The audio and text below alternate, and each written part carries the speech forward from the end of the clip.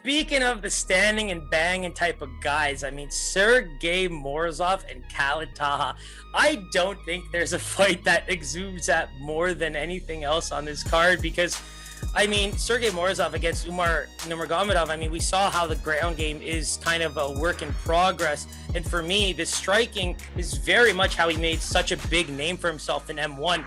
You talk about the only 3 career losses, Umar Nurmagomedov being one.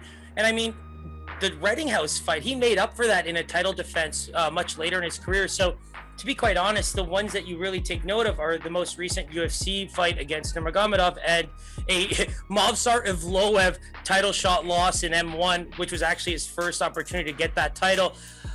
I mean, we know how I feel about Movsar Evloev, and frankly, all of you should too, because I think he's proving just how good he is, and top 10 type, top 5 fighter. I mean, that potential is very much there.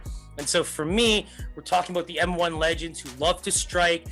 I feel like the grappling wrestling is very much a defensive thing for him. And I mean, to be quite honest, I think Umar had his way with them. You talk about the 7 for 30 strikes landed. I mean, he just completely annihilated him in terms of just avoiding any areas where Sergey could muster up any offense. And even his kicking game was what kept Morozov at bay.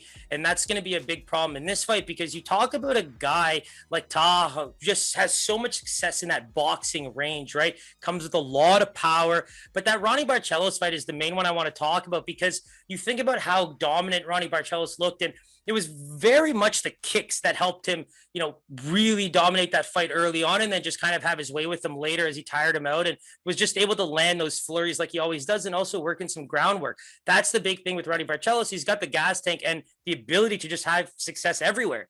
Now with Taha, the very cool things about his game is a guy that looks like he's a primo striker and that's about it. His scrambling ability and rolling out of, really dangerous positions with Ronnie was very impressive. And I think that's an area where, if he wants to exploit Sergey Morozov a little bit, we already know these are the 2 guys that kind of want to stand and bang. But, in terms of level changes and changing things up, I think that's a very good opportunity for him to at least try and shake things up with Morozov because Morozov is going to be a great striker. And I think that he will be able to use kicks to at least try and limit Taha's movement.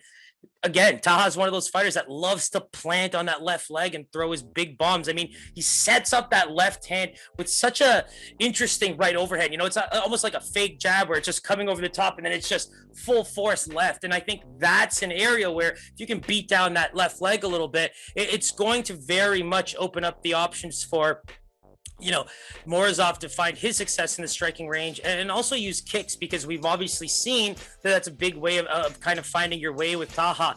Now, the ground game is very much where I want to see both these guys excel because it's going to be really fun to watch 2 guys try and bang it out. And then like we always say, right, when you got 2 good strikers or 2 good grapplers, it ends up being an opposite fight. And so looking at what we have for Ronnie Barcelos in terms of in terms of evidence, Taha did pretty well. He got himself out of dangerous spots and just avoided submissions overall. So that's what I actually like about Taha going into this fight is there's this underrated aspect of a ground game that might come into play against a, big time striker and M1 legend like Sergey Morozov. And we kind of already touched on the best ways for Morozov to win, right? He's got good striking, and I think that it's obvious that his submission game needs a bit of work. But again, just attacking that left leg of Taha as the power foot, I think that's going to be something that really helps him out down the line in this fight. If Taha's not able to land with power and he's getting kind of tired, it really opens the door for Morozov to have his way with him. So when you're balancing those 2 out, it really makes sense that there's such an interesting path to victory for both guys because even if Taha can stay in boxing range and is able to land big shots, I mean, he could easily pull off a finish. I mean, I wouldn't be surprised if that happened just because of the way he throws. You talk about his fight with Boston Salmon. I mean, one of Max Holloway's boys, this guy fought Errol Spence Jr. in nationals when it comes to boxing, and Taha finished him in less than 30 seconds. That fight is insane when you think about just how good of a boxer Salmon went into that fight as, and that's what makes Taha such a scary fighter on the feet. So when you're thinking about just paths to victory, it's just so cool to think that where this fight can go. And again, I think it makes it just a very close fight. So now when we get into the lines, we're talking about just ways for these guys to win.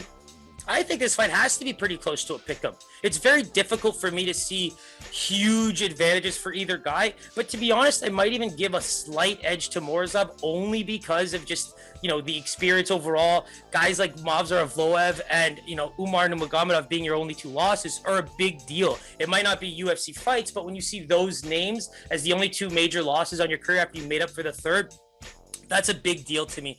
And so that's where I kind of just give him a bit of an edge. And Taha hasn't had the most success as a UFC fighter, but that Boston Salmon fight really played into his hands well. So let's take a look at these lines. I do give a slight edge to Morozov in this one, but again, I think he could be hella close. So, well, there it is, man. I think it's very obvious. I was a little wrong with this one. I mean, I'm not going to say a little. I was pretty wrong.